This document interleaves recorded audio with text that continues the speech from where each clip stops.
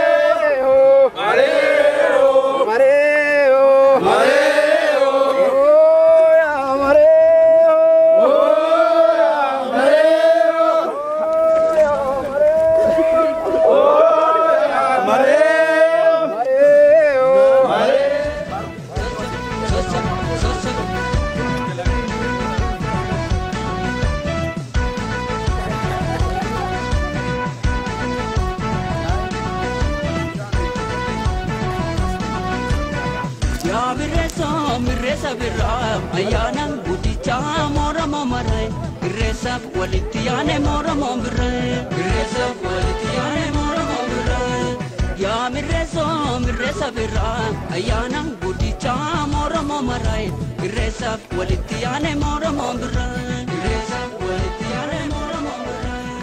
Ya Nugai borin nugain Mati oleh nuka wamo akan semua cuma lagi war oleh tufe war pakai galati fatih war food dua boleh hore yufi jerat nukoli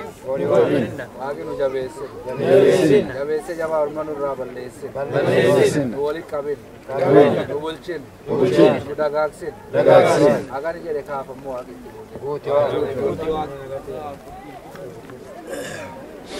enggak ada tepanna ya wak situ kanan nugai mati kenya hunda walitti nu kabe ganna gurracha nu base birra bokaran nugai yawa kay yugal sif galata sif jenna yawa wan kanu gote hunda fu yawa sif galata kan kanu gode asin nugai wan barbanu arganelle damnelle kana nagara sin nugai yawa sif galata galan sifato yawa Isatan unggafanna ya waqayyo ya rab ya waq tisikaranna si abbaan keenya si malee waan qabnu kanitti yannu si ya waqayyo ati yannu keenya nu dhagay ya waqayyo saba wal jaalatu nu god ya waqayyo wallaalummaa nu fundura fuud ya waqayyo beekumsa keetu nu kennu ya waq ati karaa ati kallacha karaa keessa kallacha keessa nu deebsis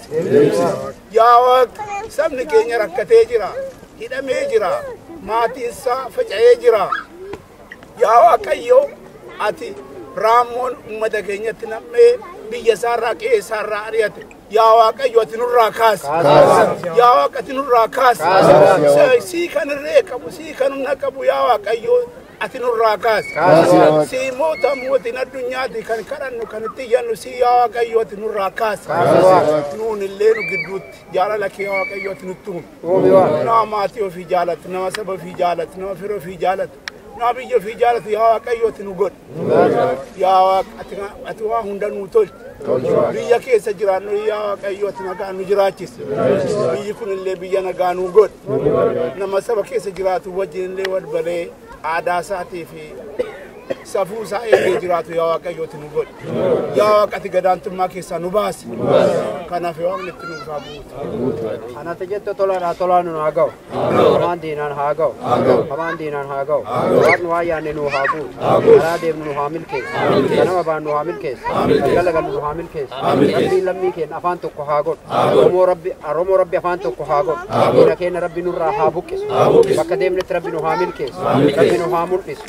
rabbiin isin ga'e nuun haa jedhu Waaqni ayyaanni Oromoo bakka jirrutti Oromoo isin ga'e nuun haa jedhu rabbiin haqa keenya irratti nu haa tumsu rabbi afaan tokko nu haa taasisu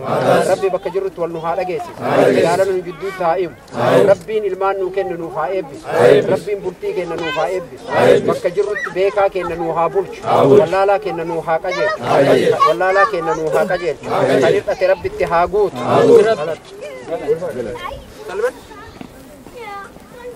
Oga nu gay jedhan. Ay, wal qabanne akka keessatti. Yaa waaq oga nu gay.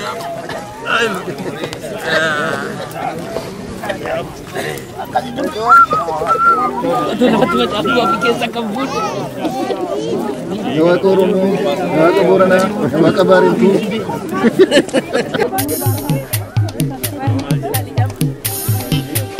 John.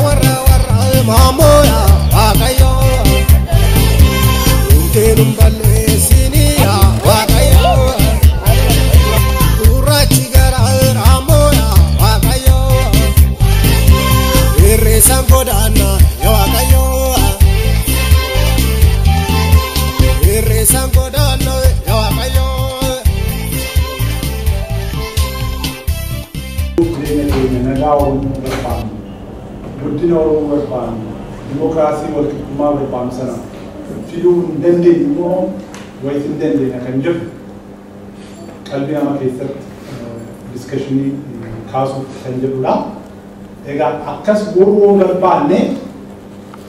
waa tokkotu dirqama. Oromoon aangoo siyaasaa, aangoo dinagdee dhabde deebiftee akkatti galfachuu baannaan waan ani jedhu kun hin argamu jecha. Nagaas hin argamu, guddinas hin argamu, dimokiraasiis hin argamu. Kanaaf karaa fe'amaa ta'uu deebinee aadaa keenya, seera gadaa keenya ijaaruudhaaf, walqixxummaa keenya ijaaruudhaaf dirqama aangoo siyaasaa akkatti galfachuu qabna. Oromummaa ijaaruunis guutumaan guutuutti kan danda'u akkas yoo ta'e qofaadha. Amantii uummata Oromoo gidduu jiru akkuma beeknu amantiin waaqeffannaan hangafaa uummata Oromootii fi isaa fi amantii kiristaanaa fi amantii islaamaa waa wal duukaa sadan keenya qabnu.